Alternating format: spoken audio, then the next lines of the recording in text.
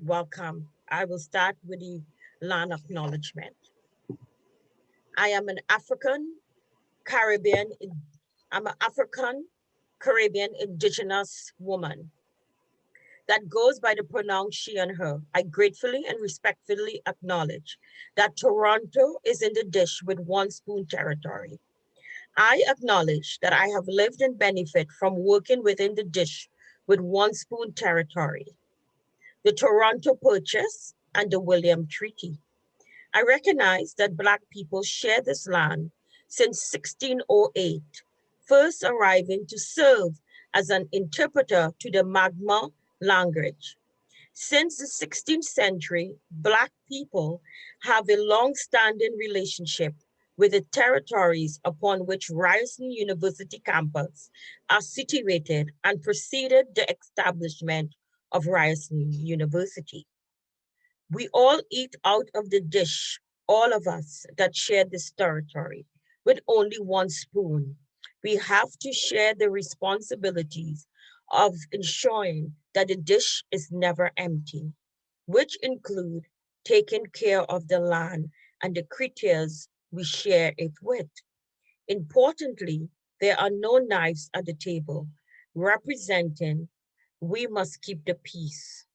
I do not condone the ongoing colonization that takes place on Turtle Island, which continues to undermine the vital role and sovereignty of Indigenous people in our world.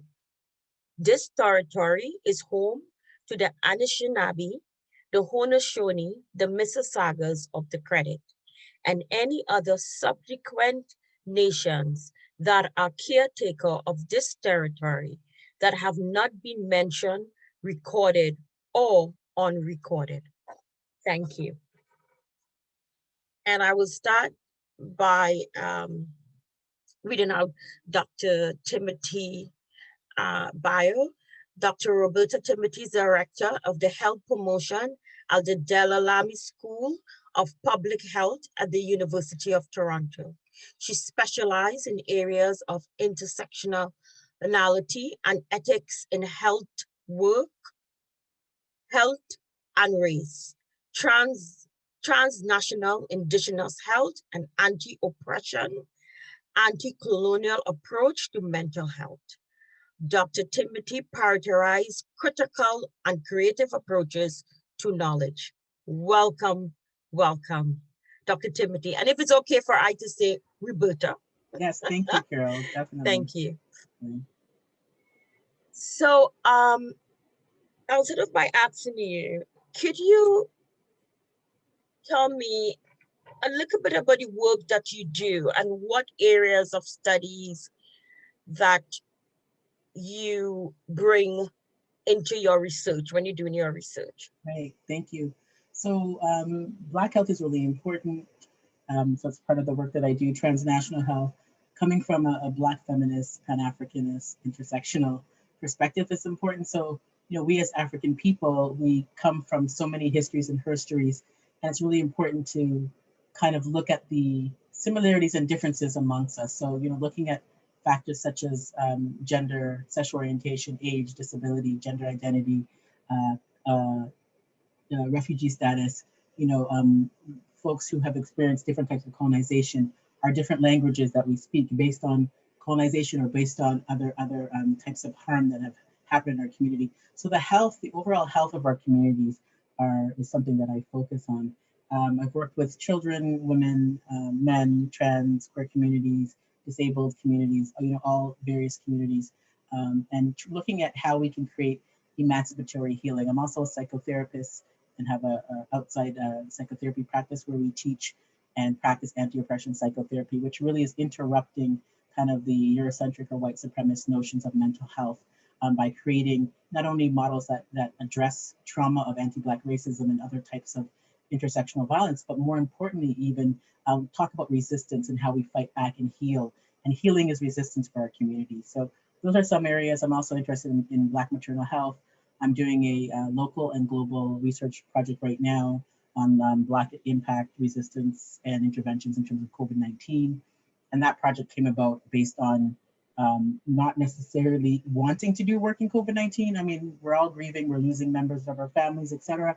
But the fact that when there was kind of this conversation about race-based data, I was very tired of having this conversation, and said, you know what, this is something that our communities are dying, they're suffering. Let's collect our own race-based data as one type of intervention or one type of resistance, and let's collect it transnationally because we are located in different places and spaces. Oh, you're on mute. So thank you. So today I spent most of my morning in the hospital, and what I observed was women. A lot of the frontline workers, all who is doing all the interaction, putting themselves at risk was women. Right. And with my test, we had, I have to be in close contact because it's a breathing test, right?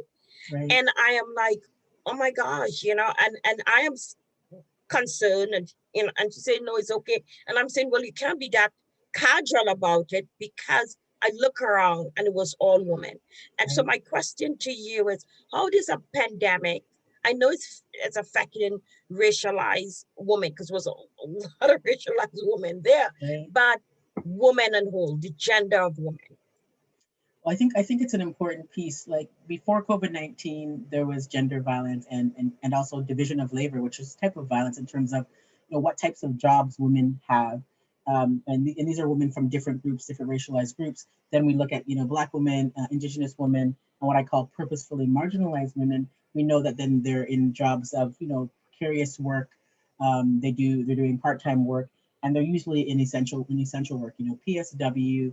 Working in the hospital, working in cafeterias, nursing assistant, working in transit, working in grocery stores, etc. So in terms of COVID-19, we know that that's exacerbated, right? That we know that the impact on racialized Black women and women in general, but I'll talk about Black and Indigenous women, has been really detrimental because they are on the front lines.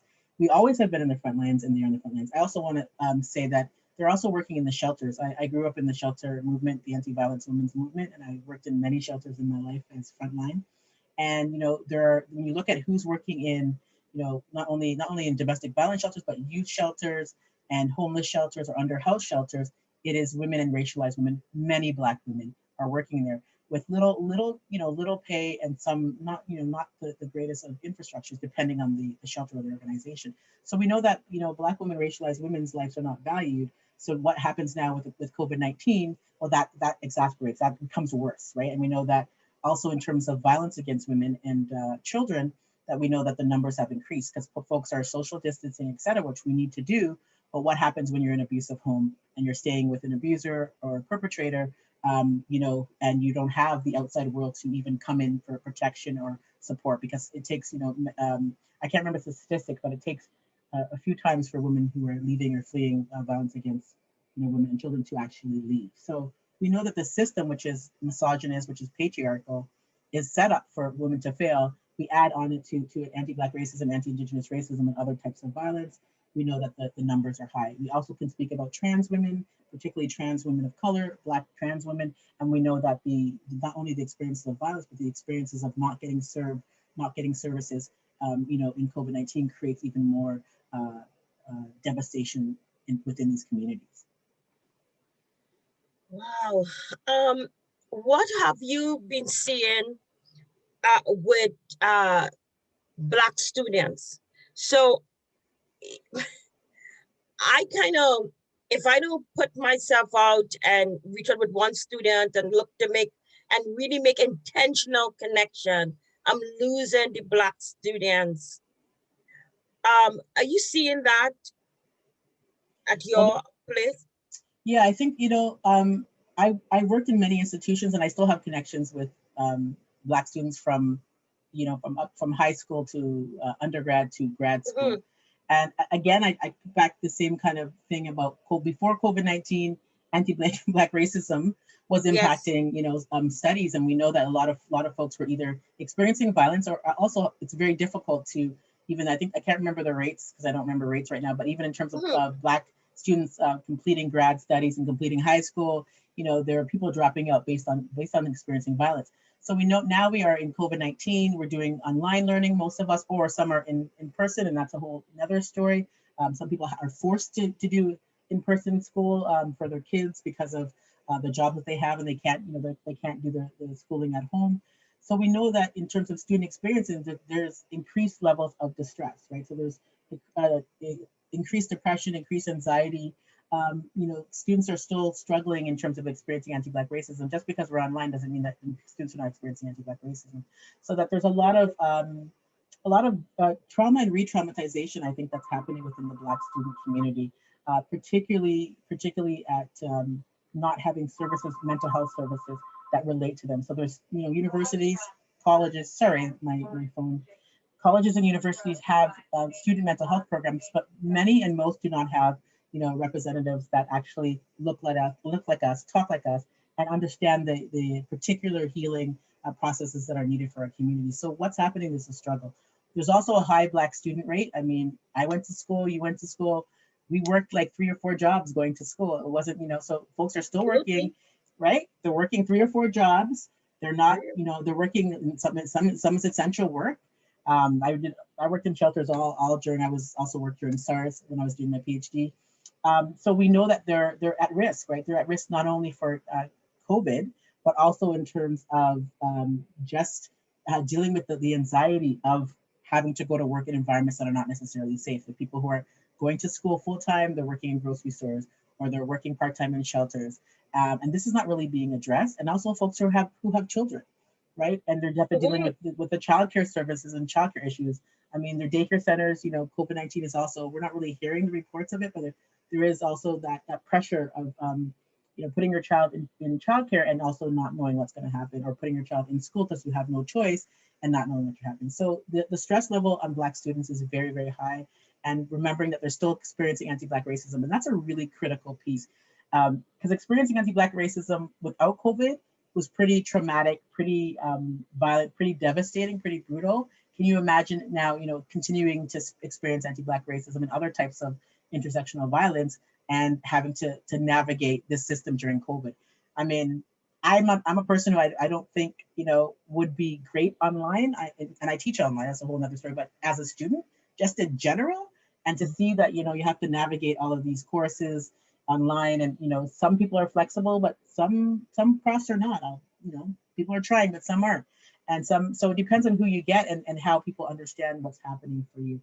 I also want to say another impact, which is really important to understand, is the grief in our communities in general and how that then impacts students. I mean, most of us have lost somebody or know somebody who's lost somebody to COVID-19 and other related chronic issues, which may or may not have been exacerbated based on people not wanting to go to the healthcare system. Like you said today, who wants to go to the hospital? First of all, you're not treated very well. Second of all, you're scared and you're nervous. So people are not going necessarily to the hospitals. So that is a real thing that I think that's not being talked about is, how does that impact students? How does it impact staff, faculty, who are Black and Indigenous, but particularly I'll talk about the Black community. Because I remember even in May 2020, when all of the, George Floyd, Breonna Taylor, Regis, DeAndre Campbell, and I mean, it was just painful. And then we were losing folks in our own families, right? And then we were coming into our meetings, our Zoom meetings in different places, spaces. Our students were coming to class, and there was so much pain and so much grief. And in my office hours, like students come, particularly Black students, but other students come too, and talk about those pains and talk about those places, and we give resources to to support them through. But it has been a real challenging time for students, and I think it will continue, particularly as the university kind of goes back and forth about opening and not opening, and the numbers are increasing. Anti-Black racism is still on the rise, and we haven't really moved on to that kind of well-being, freedom practice that we're all trying to fight for. Thank you for that. Staff was talking to me today, and in one of the department that you work in, a Black staff that live alone, and the manager didn't say it was mandatory to be part of this meeting. So they went to get groceries because you're living alone, you gotta pay rent, you gotta eat. So they went to make groceries, and when they came back, they were reprimanded and actually written up in a time of COVID. So the only Black worker in the department went to get grocery, which is so essential. Yeah. And a white manager wrote her up saying that, you're supposed to be here in the meeting. You said, but you didn't make that explicit. I have to, stores are closing. Right. So the fatigue and the isolation compound with anti-Black racism. How are you seeing that affecting workers, faculty, students' mental health? Well, I mean, that's a huge question, and I think it varies depending on people's locations and what they have in supports.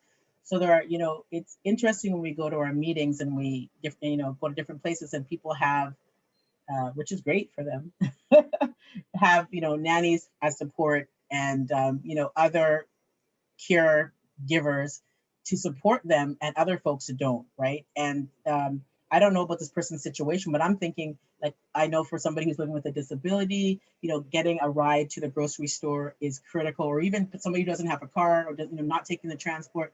So I don't know why and what the person was doing, but getting food is very tricky these days, put it that way. And our workplaces haven't taken that into consideration. So when folks are saying you need to be here in a particular time and space, that should always be, I mean, to get written up for that is a problem, particularly in a very stressful time. And to be the only Black person to get written up is also a problem. So I think these are the stresses that, that Black folks are dealing with in terms of workplace experiences of anti-Black racism in workplace. And it impacts your mental health as, people are not sleeping. People are not eating. People are dealing with migraines and headaches and different types of pains. And the reality is, if you don't deal with the mental health stresses, you're also physically at risk for something else to happen. I don't have the stats yet, or the facts, but there's not a particular focus on Black mental health workers and the impact of anti-Black racism on our mental health. But we know that it has increased through COVID-19. It was there before, it's increased in COVID-19. And we know that, if you're being an active ally within, trying to resist and confront anti-Black racism, then you're not gonna be given tickets for people who are buying groceries. Like, it just doesn't make any sense. But more than that, you're gonna create, more understanding and more space for people to actually have time to be able to do things. I don't think it's very healthy at all for folks to be on Zoom 24/7. And I think there needs to be a flexibility in schedule. These are for everybody's flexibility in schedule to actually deal with mental health. We can't be on all the time. If something, if you're doing things such as disciplinary acts in terms of like food, getting food, it tells me kind of where you're at in terms of your process and how you actually treat your workers. We know that there's been increased anti-Black racism at work during COVID-19, even in the summer of wokeness, that this is actually increased, and that there's many people either being laid off or being restructured or fired, and this is having adverse effects. So this tells us, and it kind of shows us that we do live in a system that has systemic violence that continues to harm Black folks. So my best thing for folks is, you got to do what you got to do for yourself. If getting that groceries makes you more, I don't know the neighborhood you're living in. I don't know what time you're walking at night. I don't know what situation is going on. You got to do what you have to do for yourself. And there's some kind of, whatever the outcome is, you have to kind of figure it out, because we have to take those risks to survive. I don't know what her situation is, but I know for myself, I have to take breaks. I wasn't taking breaks earlier. And then in the end of the year, I really felt it. And I know that folks don't have that flexibility in some jobs, but they need to do that. And as an employer, if you're really doing active allyship work, then you're also going to try to supply, provide folks with resources and time to be able to get prepared. One thing I want to say again too is, in March, when everybody shut down, nobody got extra time to prepare. Nobody was like, hey, take 2 weeks to deal with like 100-year pandemic and a crisis, which we're still trying to, perform these notions of like grandeur with. Like, it's almost like when we talk about out of sight and out of mind in terms of the impact of anti-Black racism, misogyny, etc. This type of culture does the same thing within how it runs universities and colleges. So it's almost like we're saying, things are, yes, things are bad, but thank you so much for the work that you did, but not giving people a chance to actually catch up, to actually, have mental health days. We should have more of those, to have more sick leave days. Students should be not having to do examinations, as far as I'm concerned, particularly if they can get, if it's a type of study that you can actually not do an exam for. So really, those things would be included if you think of a society, a university, a workplace that creates well-being. But unfortunately, we're seeing that in many places and spaces that doesn't exist. So I think you have to take care of yourself. You have to figure out what that looks like, what risks you're taking to do so, and see what can be done. And also go to your village. We always say it takes a village. How do you actually support people, and how do people support yourself through this? Because this, when I heard the word racism last week, I was telling folks, just people around me, and even in professional and personal life, I was sick of hearing racism, the word. I usually, I do work in this area, obviously against, but when I actually heard it, I was being triggered from the amount of experiences of violence, particularly anti-Black racism, that I've heard over and over throughout COVID. Obviously, before, we've been resisting for 400 years, but really getting to me. And I was just like, whoa, that's telling me about my own mental health, my own self-care. And I say that because we do this work, we're fighting, we're hopeful, but we also have to take care of ourselves, and it has an impact.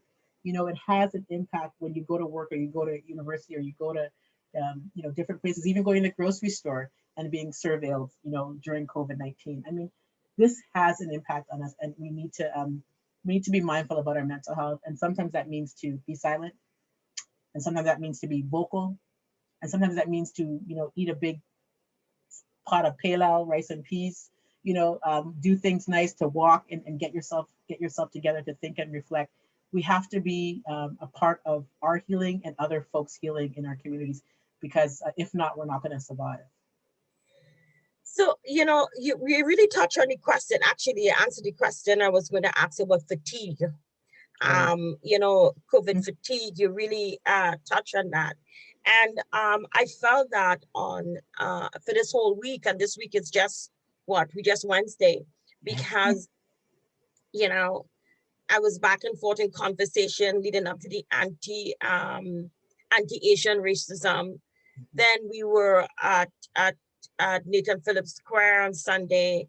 Then on Monday, I was called in to some nurses at a certain hospital who's getting some really serious, really serious problem. And students are part of that too, because the students is what told them, because the students are coming from the placement is there into this hospital, and a lot of the students and them come from Ryerson, and then I was still wheeling from journalist students when they talk about how BIPOC and colored students have been treated, and the support is not there because it doesn't reflect into the faculty, because you could go through Ryerson from faculty to faculty, and I could call like 3 off the top of my head: journalism, all of science, and the law school. And there's no Black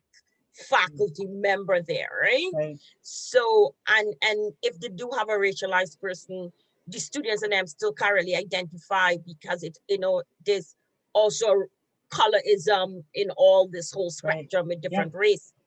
And I felt so tired. And last night I was on a platform, Black on Campus, and I'm just really feeling really fatigued. And I am an adult, and I'm thinking I cope with it. So, fellas, the students, our students, how, and a young person, how they feeling, and do you have any thoughts around that or any suggestions?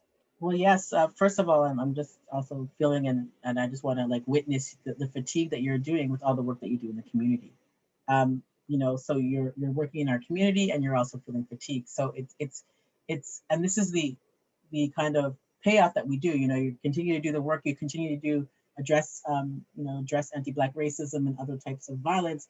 But when do you get a rest, right? And the reality is that we are working 200% more than we were working before COVID, in really worse situations with worse resources, and increasing anti-Black racism and violence. So that's not a good fix. It's not a good fit for mental health. I think when I look at students and young students who are now coming in or just involved in their degrees, and also I'll say older students who are coming back to school Mm, because there's many folks who are also in that yes. situation. The fatigue is real. Like people are turning off their cameras; they can't engage online. And I think if students are dealing with then problematic professors or problematic situations within school and in work, they become more isolated, right? Um, Fatigue is a really serious thing, and often as Black folks who are doing like 3 jobs, some people are doing 2 degrees, and have a dog, you know what I'm saying? Like, you know what I mean? And taking care of folks. I mean, we are doing so many things and it's hard to slow down. And what happens is that the fatigue grows because we're continuing to push ourselves, push our bodies, push our minds, and then physically something happens. And then we have to stop. And that's something that we really need to avoid, but it's very, very difficult to do, particularly when we're not being supported and helped.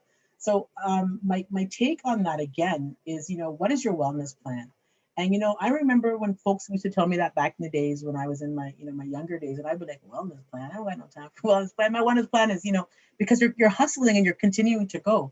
But you realize that when I see the people, particularly in activism, because I've been involved in activism most of my life, the folks who actually didn't slow down were slowed down.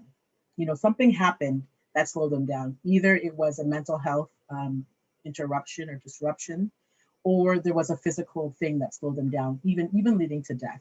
When I say that this is life and death for our communities, in terms of our healing and wellness, it is also life and death.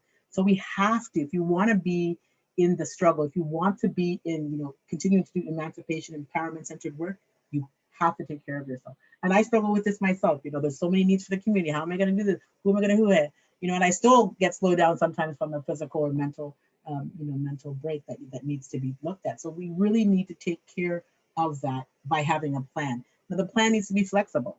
The plan can be something like, hey, I'm going to eat 2 days. I'm going to eat some rice. I'm going to eat some beans. It could be that I'm going to walk around the thing. It could be I'm going to phone this person when I'm feeling stressed. But you have to think about what that well-being plan is. We deserve to have a plan that talks about our health. We also have to reach out. We also got to reach out, have our sister circles, our brother circles, whatever circle that people who are supportive and caring, not folks who are not, but folks who are caring and supportive of you, that you can actually reach out. I remember a couple of times, a couple of my girlies, a couple of my sister friends were like, let's get together. I was so tired. I was like, oh, I love you all so much. But, getting together was like extra, with the kids and everything. But you know what? I made it out. I made it up to the little, might have been the Zoom, mostly Zoom or WhatsApp chat or whatever. And every single time I went out, I had fun, right? And I released. We talked about politics. We talked about who Yes. has food, who doesn't, who's dealing with this, who lost somebody, because everybody's losing somebody. But we also had jokes and we had that feeling of community, which is so lost. We know. I mean, it's spring. You know what happens in the Black community? We come outside now. Right? We come outside and we Yes. can't even gather to each other. I mean, we can't hang in a park. And so we try to think of ways which you can still connect, because this is what we need, particularly when we're experiencing violence. We need that human connection. When you're not treated like human, when you're treated in humane, school, work, outside places and spaces, and sometimes even within your home, you need the place where you're treated well, where you can get, you can soothe yourself and be soothed by. So it's so important to create that, even though we're looking at the third wave, even though the numbers are increasing, even though when we see across the continent, Brazil, the Caribbean, and all over the place, even here, that Black folks are dying from COVID and other related factors, we still have to stay healthy to do resistance centered work. Oh, that um that lead me into the challenges that student faces, right? Yeah. Um, I just trying to think about how could I turn my backyard more into a community. I have like 6 neighbors coming in here, and I'm thinking, how can I make it into a community? But I still could understand my privilege to say I have a backyard. Yeah. But for people who don't have that and have to get the food, so what kind of challenges you see students are facing during all this pandemic, and now we're going into the third wave? Right. So there's different students, right? There's students Mhm, of who are course. financially not secure, and there's students who are financially secure. And I think it's always important to talk about the different types of students, because I, even as a Absolutely.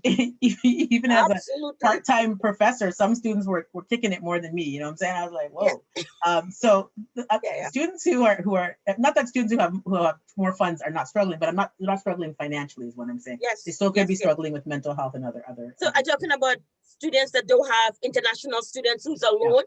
Yeah. We've got to think about all those Yeah. students here. That's what So So there's thank you. definitely food insecurity that's happening. You know, there are programs in terms of supplying food for folks, but these programs are not 100% consistent. So, you know, it started in March, you might have a 3-month run or a 6-month run, but we need more supports to provide food insecurity. You know, going to the food bank is also, you know, there's different processes and policies now. And some people feel comfortable, some people don't feel comfortable. Like it really depends. So food security or getting food to folks is really important. Also rent. Like I can tell you, and you know, because I'm sure you rented in the past, that renting spaces and places for Black students is very difficult. So if you're dealing with a situation of a landlord that is, you know, racist, or that they, you know, decide to raise the money, you know, because of COVID-19, which there's people are still doing, or there's some kind of situation going on in your house, you are dealing with a very difficult situation, because the rates in the city to rent are high like nobody's business. They're ridiculous. And if you don't have the money or the funds, which most folks don't, because they're not, you know, they're not hustling the same way that they were, then it becomes you're either trapped in a situation that could be very violent, or a situation that could be like really not safe in terms of, not only in terms of folks, but in terms of like, you know, I've heard situations about what is the thing called, rodent problem. And you know, I lived as a student, and I've had housing issues. And I remember, you know, one thing we did have rodent issues, and when we did, but we could go somewhere else. You understand? Right now, it's very difficult to do that. So we need supports in terms of rental supports. We haven't had new housing built. We're having condos built everywhere. We haven't had new affordable housing built in the city for years, decades now. When we come down to COVID-19, we see this as a really bad thing for students who are not able to have affordable housing, which means that they're living in precarious and sometimes unsafe situations. So this is a problem. You know, I know students who are actually like having roommate situations, you know, that are not actually safe. There's also, in terms of social distancing, you know, if it's hard to have social distancing, if you're having somebody who's not necessarily respecting the social distance policies, what are you going to do? So some folks are staying in their room, you know, all day, with things that are not possible or not good for the health. So housing, food insecurity, in terms of international students, not only, you know, depending on the international student, because there's ones with money and ones with not money, and the ones who are struggling, they're not also able to have that contact with family. You know, you can only do so much with the phone, and we know that this is the situation we're living. But think about people who, you know, were going home for something and they weren't able to go, not able to go home now during COVID. I also want to say there's a lot of loss. There's a lot of folks passing away back home, and people are not traveling to bury folks or going online to do food. I've been on how many online virtual funerals? You know, so students are being impacted by this type of grief, this type of lack of funding, and also lack of mental health supports that are geared to their needs, right? It's okay to have mental health supports for many folks, but they're not geared for your need. And you go there, you actually feel violated, then it's actually not helping the situation, right? So I'm also, you know, running some Black youth mental health therapy groups. And, you know, like really, you know, my schedule in terms of time, you know, but how could I not do this and support, somehow support our community in some way? Like I feel the need to, because I understand, you know, what the stresses are as a student. I can tell you, this is not during a COVID-19 time. When I finished my PhD, I put it under the bed and I left it there because of the amount of anti-Black racism and violence I experienced. Can you imagine going to school with anti-Black racism still on the rise and going to school as a student? It is such a painful reality for students. I could I could well imagine, right? You know, student, worker, everything you experiencing anti-Black racism and unsafe space for so many of us, right? Yep. And how do we navigate this unsafe space? in a time of COVID? I think it's a good question. One thing for me, it's always about, I think people have different practices, spiritual practice. Some people are not, some people will say they're atheists. I think for me and from what I see for students that are achieving, and student and staff and faculty, it's interesting. Even myself, I'm a constant student. I'm usually taking courses and stuff like that. And I couldn't even take anything. I tried to, and I thought, I can't do this right now. So stop with this. So I think that, looking at your spiritual connection, for me, it's about ancestors, you know that. Yes. And I think that having some type of connection or spiritual practice can support you in some ways. If you're not going, that route, then what is it that you can hold on to? What soothes you? What makes you smile?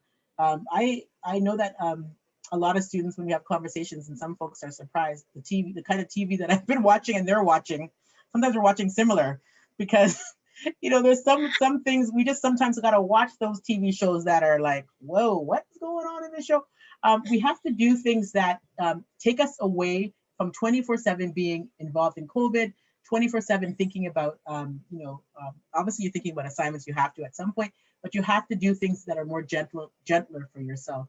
And that's a really learning process, because students they're like, they're going in a particular way. So you have to check yourself and kind of like say, how am I doing today? And if I don't go to this class, if the lecture's not recorded, some are, if the lecture's not recorded, can I get my notes from somebody else? And can I like breathe through it and be okay that I missed this place?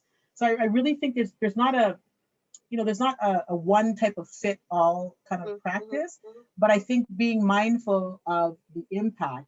And when folks are like saying all the time, this, you guys are doing so great, etc., which can be good and also annoying, think about where you are at and what you need to get through one more day. If you are dealing with like really, really stressful situations and you're actually, feeling suicidal, I know that there's a lot of suicidal ideation that's happening. That's when you need to call distress numbers. You need to call, Gerstein Center. You need to call Women's Health and Women's Hands.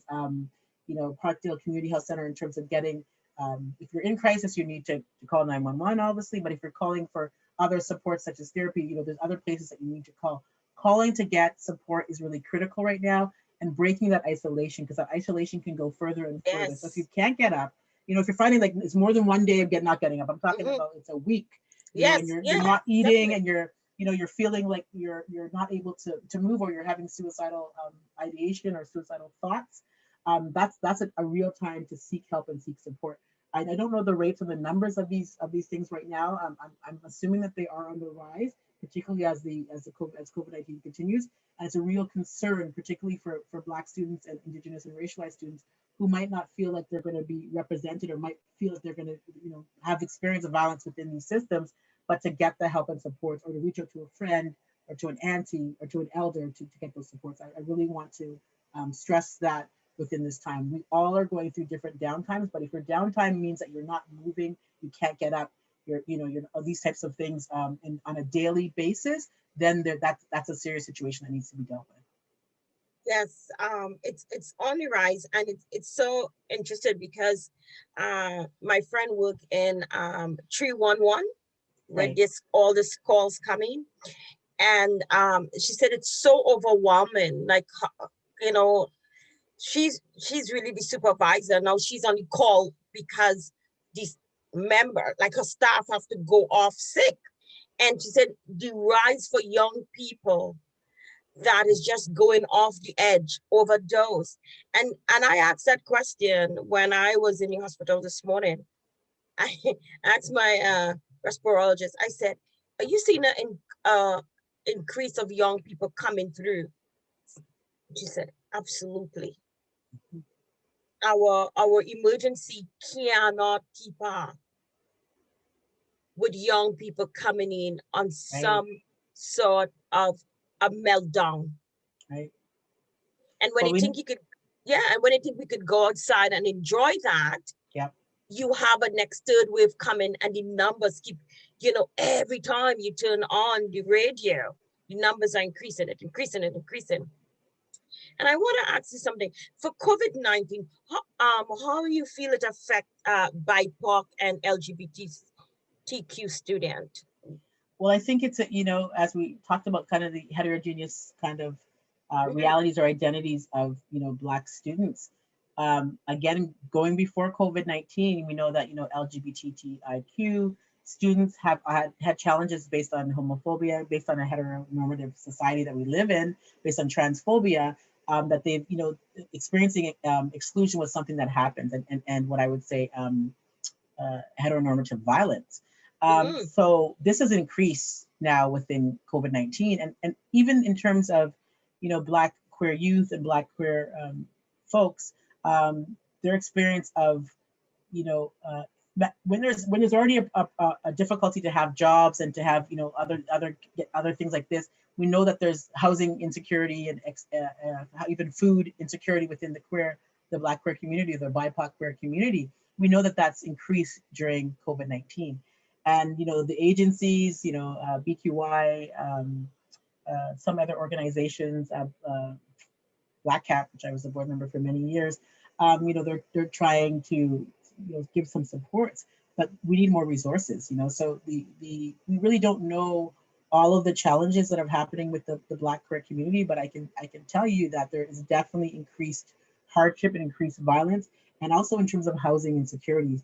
That's a real big one because we've already been dealing with particularly Black queer youth having housing insecurities, trans queer youth of color or BIPOC youth having housing insecurities. Can you imagine now? And we also know within our shelter systems, there's a lot of, Black queer folks, youngins who are having these issues. And I want to say, there's one thing with your Black queer youth or BIPOC queer youth, and you have a supportive family, right? I mean, you're still going to be dealing with homophobia, transphobia, etc., but you'll have that supportive family. But if you don't have a supportive family, then you're really at risk for more violence.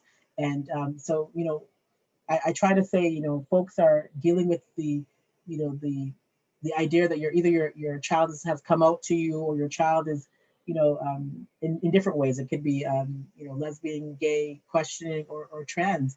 But really think about how you treat your child, the same child that you always knew yesterday. Think about what that child is experiencing right now Mhm. before you kick them out in COVID-19. I really need to say that because there've been some, stories of people having to Yes. leave in really, really violent situations. And we as a Black community who's already experienced violence, we really need to check ourselves in terms of how we're treating our queer young youth and our young people. And we need to secure them. We need to make sure their well-being is good. We need to check, I know people come from different places and spaces, but we really need to decolonize our notions of, what the different sexual orientations are, and really accept all within our community. So, Yes, that is such a critical piece there. And you talk about you specialize in the intersectionality and ethics in healthcare. What that look like? well, I teach health ethics. I'm not doing it Mhm. right now, but I think in every work that I do, it's health ethics. If you want, you're talking about research, you're talking about like ethical research, you're talking about ethics in terms of even in universities, how you ethically practice. There's Yes, conversations, there's yes. boards, hospitals have boards on this, right? We are practicing ethically.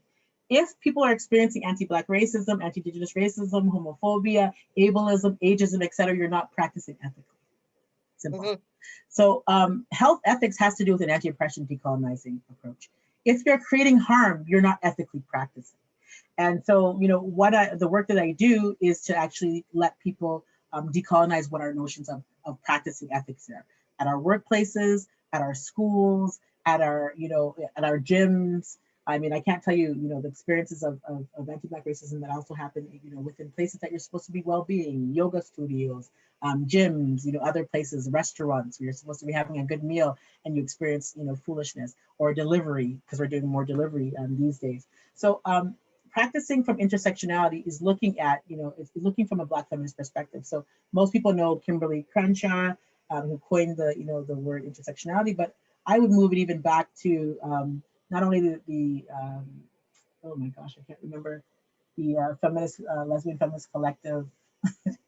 Anyways, I can't remember their name, but which is interesting because I used them all the time in 1977, who talked about the importance of looking at And race, class, and Audre gender. Lorde? No. Well, she came a little bit later, but she was involved in some of that. Yes. I can't remember anyways, I just can't remember Yes. them. But I would even say before that, if you look at, you know, kind of enslavement resistance and looking at how, you know, Black women even 400 years ago were talking about the inclusion of, you know, Black women uh, class, different working class, different places and Yes. spaces of women. So kind of looking at that intersectional way. One thing that Mhm. anti-Black racism does is it puts us all in the same place and says that we're all the same. So they're usually negative stereotypes, you know, negative response to reactions, and it doesn't talk about the diversity of our communities. Now we come from, you know, I consider myself an African woman of via, you know, surviving enslavement. But there's many folks in the African diaspora in the continent, and we have all have stories that connect, but we also have differences that need to be respected, that need to be shared. And anti-Black racism doesn't let us do that all the time. So for me, the Pan-African notion that I talk about, my Pan-Africanism comes from an intersectional approach. We need to all be a part of the village, and we're going to take up space in different ways, but how do we make room to do this work, which is always emancipation work, right? As a student, I was very active creating student movements. I always started Black student groups in every university that I attended. I continue to do that now, even as you know, somebody who's working in the university.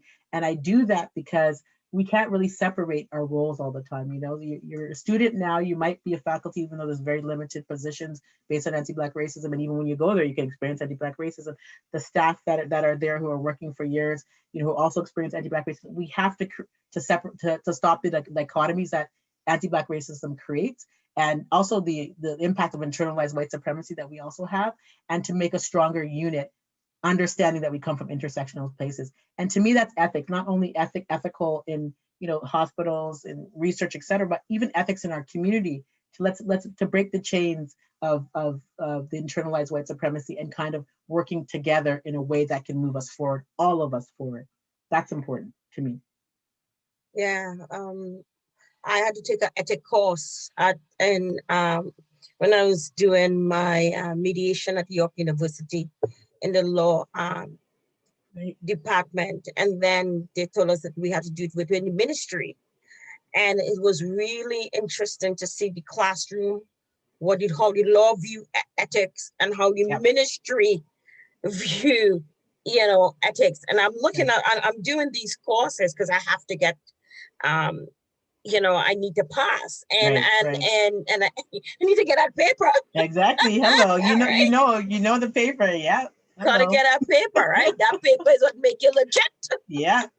Yeah. And I'm going to the and I'm saying, you holding yourself to that level, that high level of ethics, and all around the system does not support ethical thinking and ethical growth and the way in which Yeah. you make ethical decisions. The system does not support it. So And the that's why we have to people, challenge it. We got to challenge the notion of ethics. That this ethics, if it does not it does not include an anti-racist, anti-oppression, decolonizing lens, that it is unethical, because usually that means a whole group of people and folks are actually experiencing violence. That is unethical.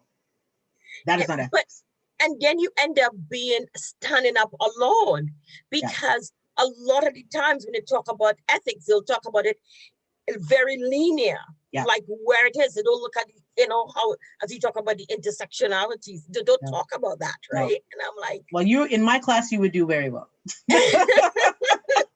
You would be an A++ student for many reasons. I'm just letting you know, because you know you're trying to practice, right? We all try the things that we're trying to practice from an ethical standpoint. Do we have things to work on? Everybody does. You know, everybody has unearned privileges based on their location, based on their identity, that they need to work on and figure out.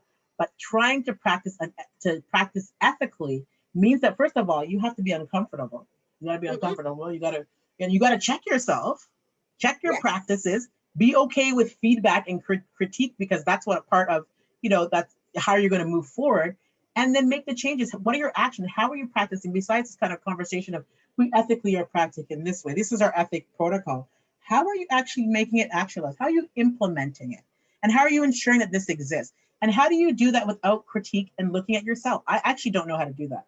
I think it's a constant reflection of mhm, your own work. And I'm talking about different types of ethic, obviously yes, research. There's a whole history and herstory and continued day reality in terms of anti-Black racism, anti-Indigenous racism in research. And if you are ethical board right now in university, hospitals, and you don't think that that's a priority in ethics to say that work should be anti-racist, right, anti-oppressive, anti-colonial, or decolonized, then what are you actually saying? Then you're also you're upholding what's already exists, which usually is Eurocentric, white supremacist, and all of these other problematic pieces. So what are you doing differently, and how are you actually making change in all of these different types of ethical decision making, particularly COVID-19? A 65-year-old Black woman who has done so much work. She was a teacher. She got her PhD later on. She's done so much work in the community, locally and transnationally. She told me in the beginning of this, I'll never forget it, because she told me in the beginning of this COVID-19 pandemic, she said, when I go into that hospital, because at this point it was about, what is the thing? Not the in-care, what's the thing in the ICU? I can't remember what it's called, sorry. ICU? Yeah, what do they use? The ventilators. Ventilators, sorry. okay. And she said to me, and it touched me to my heart. It wasn't a joke. It was a real, she said, will they give me, 65-year-old Black woman with chronic conditions, if there's, we have a couple of ventilators left, will they give it to me? Will they give it to me? And then her answer was no, they won't. And that, just think about ethical decision making. Yeah. I don't know. It really touched me.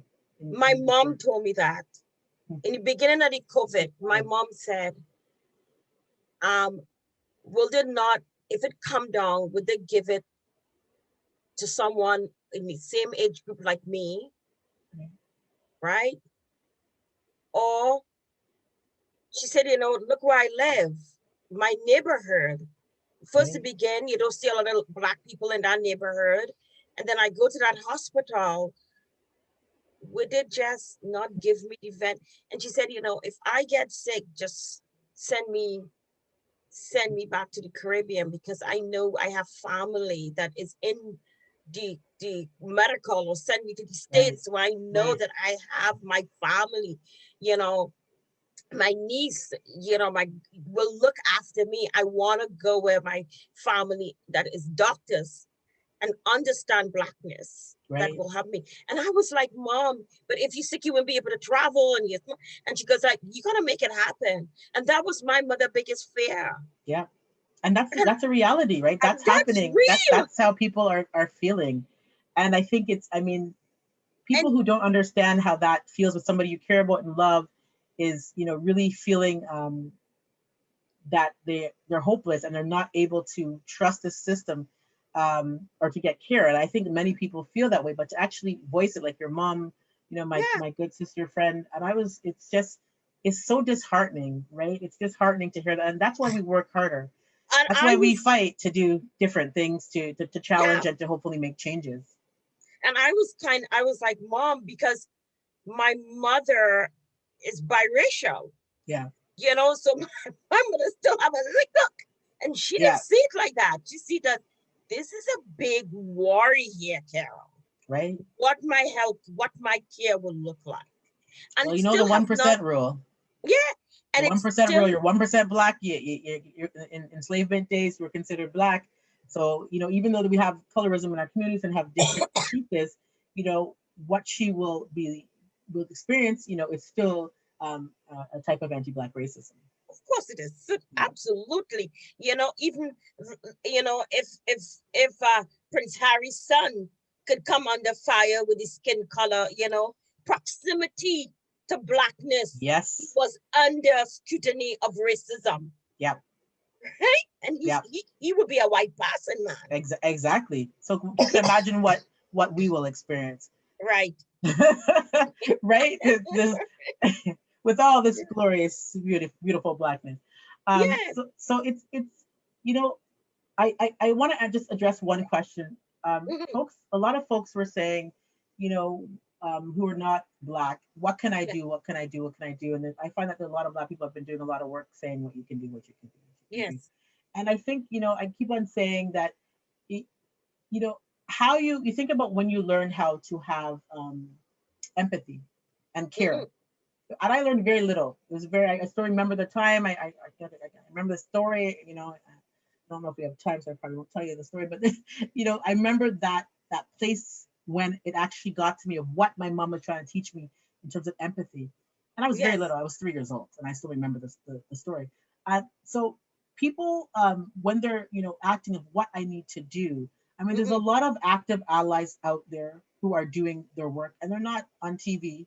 You know, they're actively either being good health professionals and treating people regularly. You know, when Black folks say, "Hey, that doctor, that's a good doctor," you know how we do that in the community. Yes, yes, That's a yes, good yes, doctor to go to, right? That's a good yes, therapist to go to. They're going to treat you well. yes, That grocery yes, store, you can go yes, there. They actually treat Black people well there. We do this on a daily basis. We don't even know that yes, constantly having to go through surveillance and creating these quick points of, you know, checkpoints is a yes, part, the stress and the trauma that comes from, like, that tells you how much we have to deal with. But I'm yes, saying that there are people who are actively doing that, right? yes, And people should look at themselves, look at what they're doing and not doing, who are not from our communities, and follow suit. We should not yes, have to explain to you how to treat us like human beings. And at universities, we should not have to explain to students why Black students, Indigenous students, BIPOC students are dealing with so much stress and violence right now. If that needs to be explained, then you know that you are actively benefiting from racism and other types of violence. I'm yes, just going to say it straightforward, right? You need to unlearn and do your own stuff. We are trying to heal and survive this multiple pandemics that we're dealing with. We are trying to heal and survive. Y'all do what you need to do in terms of your own people, educating your people, giving resources, you know, doing the other things that you need to do. It's not up to us to not only educate and to teach folks 24/7. That is not our challenge right now. Just want to say that. no, no, absolutely, and thank you for bringing that point up. You know, I have there, there's always an ally that come to mind. You know, James Clark, and when he started off, he had all the privilege of whiteness, mailman, you know, had everything that goes with the model of what it's supposed to be as a good citizen and as a white man.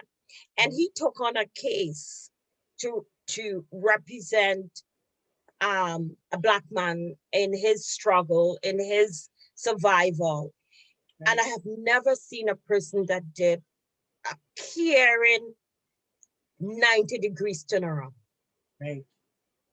And I have to put in that word caring, because a Yeah, lot of times people think, oh my God, I speak the language, I do the language, and they don't realize it is still damaging. yeah, But he was so caring in his unlearning, right, intentional right, unlearning, that we could not have a better ally in the Black community, working for the Black community, right, in making that change. And he didn't ask us to educate him. He's like, wow, this is what happened. Are you telling me, could I run this by you? right, Is this really fair in what I just saw happen here? Could you explain that to me? Was right. really willing to learn Yeah, and to galvanize. And I yeah, was like, wow, this is intentional unlearning, 100%. decolonizing. 100%. And that needs to be done. So when folks, because people ask me all the time, you know, I'm sure they ask you what needs to be Yes. done. Yeah, all the time. You need to look in yourself and figure out what's going on and see what needs to be done. There's Mm-hmm. many things. I'm not saying that we don't have conversations. It's not important to have conversations, but take responsible and accountability for your unearned privileges. We are really fighting a very hard, violent, tired situation. You know, resisting, which we do on a daily basis, fighting back takes takes a toll on us, as you know. And I think, you know, the students are protesting, they're, you know, writing letters, they're doing many things, but I also, you know, see the other side of that, the impact of the stress and the anxiety. So take responsibility based on your location for how much work you can do, and how you can practice differently. And that's for all folks involved. You know, we are not going to stop resisting against anti-Black racism. The universities and the colleges that continually violate us, we're going to continue to resist. You know, we have to. We don't have a choice. It's about life and death for our community members, students, faculty, staff, families. You know, there's a lot of families who are also dealing with the stress of their family, their child, or their child at school or university, or their, their partner or their sister who works and is dealing with anti-Black racism during COVID-19 at a workplace in the university, or a faculty member who's the only one who's, dealing with anti-Black racism. So this is something, as you know, it's something to me that this is a lifetime of work and fight, but we can't fight and work without mental health, well-being, and care. And taking those breaks are important. Um, Walking to the water, doing those spaces and places where we can actually take care of ourselves. Having love around you is a really critical piece. Um, music, I can't tell you how music is so important. A lot of students tell me the different situations, but I got my own situation too. In terms of music, what I love to play to just calm me down when I want to get connected to the ancestors, or I want to be, I want to be like, all chilled out.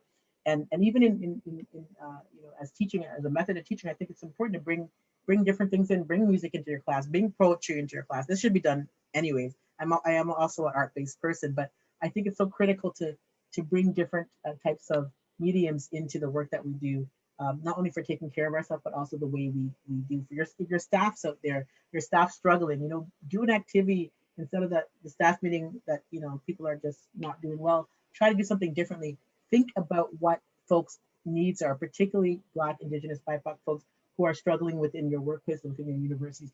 Think about them, care about them. And caring is such an important word. People talk about compassion. People have compassion for things. Sometimes I'm like, hey, we need to have compassion for people, for our lives, for Black lives, for Indigenous lives, for queer lives, for people who have disabilities, for refugee people who have. We're not even talking about people who are, have no papers, and the difficulties and challenges for people who are dealing with chronic illnesses in our community.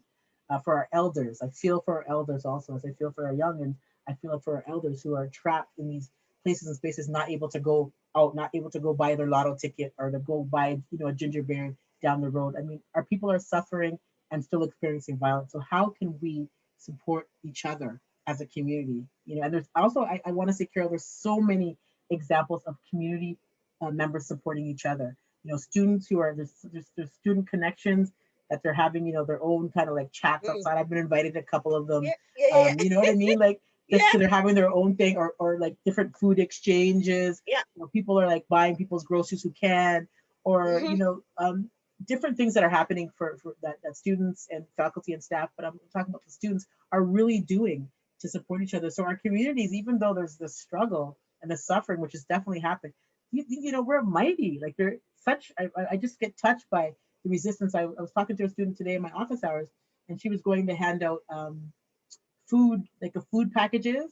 Food packages for other students or other Black folks who are in need, for younger youth. And she's young herself, she's probably in her 20s, and for younger folks. And she was just all there doing the work. So we are doing the work, and I'm so proud of that work that's being done also. And to touch on that, one of our past speaker, Dr. Alana Butler, in her University of Queens, students were helping other students out exactly like that, right? Yeah. And they say, hey, get some money, so let me buy you some food, and hey, get some this, And she said, I was so happy to contribute, and I've seen it here. Ryerson have some Black student network. We have the Caribbean, we have the Africans, we have the East Africans, we have the BLC, Black Liberated, and they are helping out each other because they know that if they don't stand and come in that space of love, they are all on their own. But I'm also seeing it in different areas of students, like students on a whole is taken up, and it gives me hope for this young generation. It really, it really gives me hope when I see students from all race coming together and say, oh, let me help the international student, let me help it. And then they're looking forward to say, so how could we help the migrant workers? Right. And it's like, whoa, you're thinking beyond that box, It's a village, you know, if you Village. teach and support people to be in villages and supportive villages, because you know some of the Yeah. villages, they will, you know, goodness will beget goodness. You know, Yes. we just like racism begets racism, and you know, we look at even what's happening in terms of the anti-Asian racism that's occurring. You know, violence and hate beget violence and hate, and goodness and resistance, particularly collectively, can Mhm. actually beget, you know, harmony and wellness, etc. And I'm not getting like romantic here. I'm just saying that No, no, no. you know, Yeah, I'm no, I saying that we understand. good acts of kindness, you know, come around in different ways. Um, I just think like the sharing of food is so important, and So it was such a important. critical piece for me in university. Like I mean, we shared like we shared a beside a bachelor apartment, we shared food, and I love to see even in these hardships that people are sending Yeah. folks you know, those kind of, I don't know, like they get cards or gift cards, and people are saying, you know, I don't need it, can you have it? And you know, you can have it in different things. So Yes. I think Yes. that's a really important thing. And also people are also helping the students who are also either recovering from COVID-19 or have family members and are also, you know, doing different things in the community to support not only their family but community members. So there's a lot of things happening, and I really a part of my research platform is to actually talk about those interventions, talk about those things that are working in the community, talk about the programs and the strategies that we use to resist and fight back, because that's important also to our empowerment and also our self-care and our mental health, to know that we can do this and we're doing this also. You know, you touch on something that is really key because it didn't occur to me to do. So, we used to have food. So in our meetings, we used to have food that we could share. So when CESAR had the meetings and Right. RSU and anything on, it was always food because we know that food is important to students. That could Oh be the yeah. only meal for the day. Yep. And then we went on Zoom and we continue to have the food, like, you know, you could come and if you come to a meeting, we'll give you $20. And I Right. always never take the gift card, but it Right. you said something really critical because I could have taken a gift card and give it to a negro student. It didn't dawn on me, and I think I'm conscious. So, Yeah. you know, sometimes we look at the broad picture without looking at the small picture Right. and Right. how that could make a difference. That you saying, Right. you know, you could give it to someone, like, you know, pass that love on. Yeah, totally. And it will You come might back. yeah, you might need that love, but then, Yeah. you know, Yeah. you know, you might need it, but somebody else will need that $20, that gift card Exactly. for some Oh my to to gosh. to buy. Yeah. And you know, it's so important because now it was six family in my area. We share food. We Right. we just cleaning up our garden and we help each other and we you know put tomatoes and zucchinis and we Nice. share Yeah. and the leftovers. And now I see in that in my neighborhood there is a church, and on a Thursday the line is wrapped around the corner. Right. People waited. So I went and I talked to the minister, and he said, you know what, it's so good if they could get fresh vegetables even from our garden, Yeah. it will go a long way. Yeah. So that's our hope for this summer, because Ryerson students came up with a very good plan. And what I loved about it, I used to look forward to seeing it on a every week during the summer.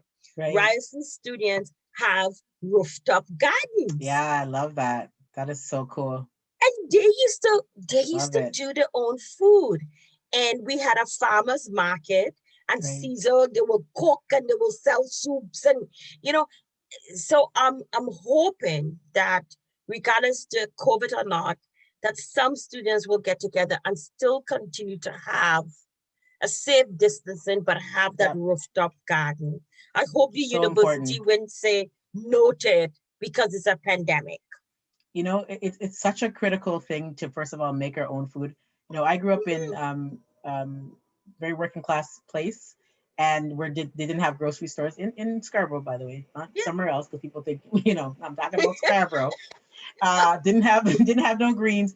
And my mom and some people, you know, it's probably in Pickering. I don't remember because I was a kid, but they got some piece of land in some kind of field. I don't even know what they did to get it. It was like probably, I have no idea. But we went to a garden. We used to go, and I remember growing Community gardening. tomatoes, and we had all this food that we had in our working Yes. class neighborhoods. And they didn't bring the grocery stores in the neighborhood, so we used to do that, and it was such a critical piece. And it's funny that you're saying this, because one of the interventions, part of the research that I'm doing is also also being part of interventions.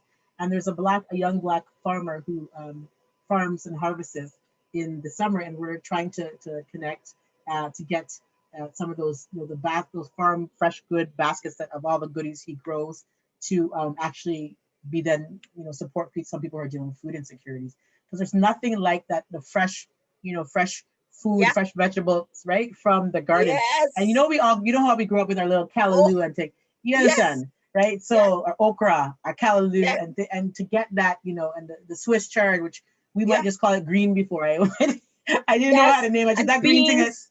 beans, right? And the things that we love to eat that are healthy. And how do we actually re-energize our community? There's a lot of Black Community Health Farm, and there's a lot of lot of places that are doing things. But I think it's important to always nourish not only nourish ourselves with good foods, with love, with goodness, even in this situation, because we can't 24/7 be online. One last thing that I wanted to say about this is kind of a little bit different, but I find that a lot of students too who are dealing with good good good ways, not that there's not good ways, but ways that have been helpful for well-being, are also taking some time off of Instagram, off of social media.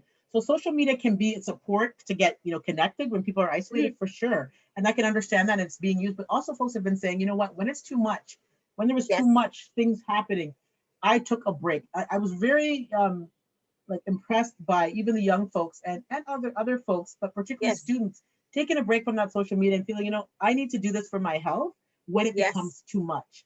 So I think, I think it's a connection piece too, but also when it's too much or creating, stresses, to take some time off of that, also media or television or whatever, just taking some time and doing other things. People are reading, writing, drawing, dancing. But I think that also was a pretty amazing thing that other young folks were doing, or students particularly were doing. So I am wrapping up with CESAR the 1st of May, and the first thing I'm doing is coming off of a lot of social platform. I already said that. You're going to be missed. What are people going to do? You're going to be missed from all the work that you do and everything.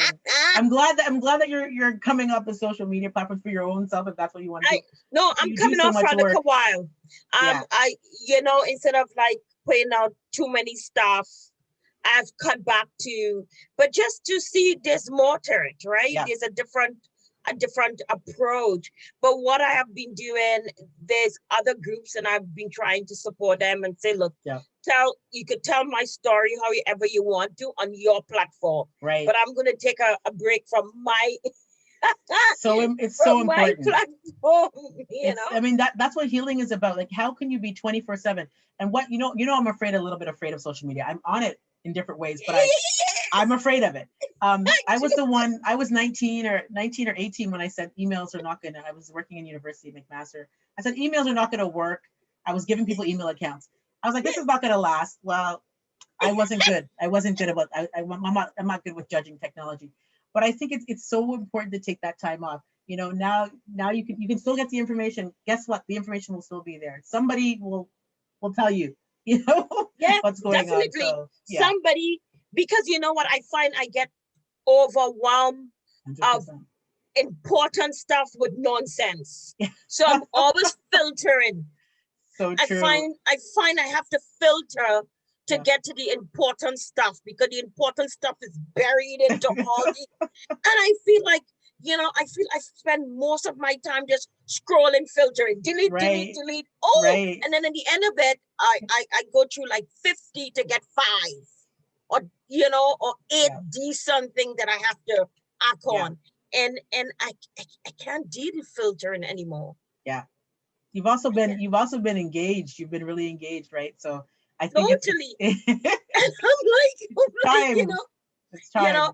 And so in what would you recommend in seeing COVID, see what COVID has done for students, what will be your advice or your takeaway for students, staff, faculty in this time, Right. especially around mental health? I think, first of all, I advise folks to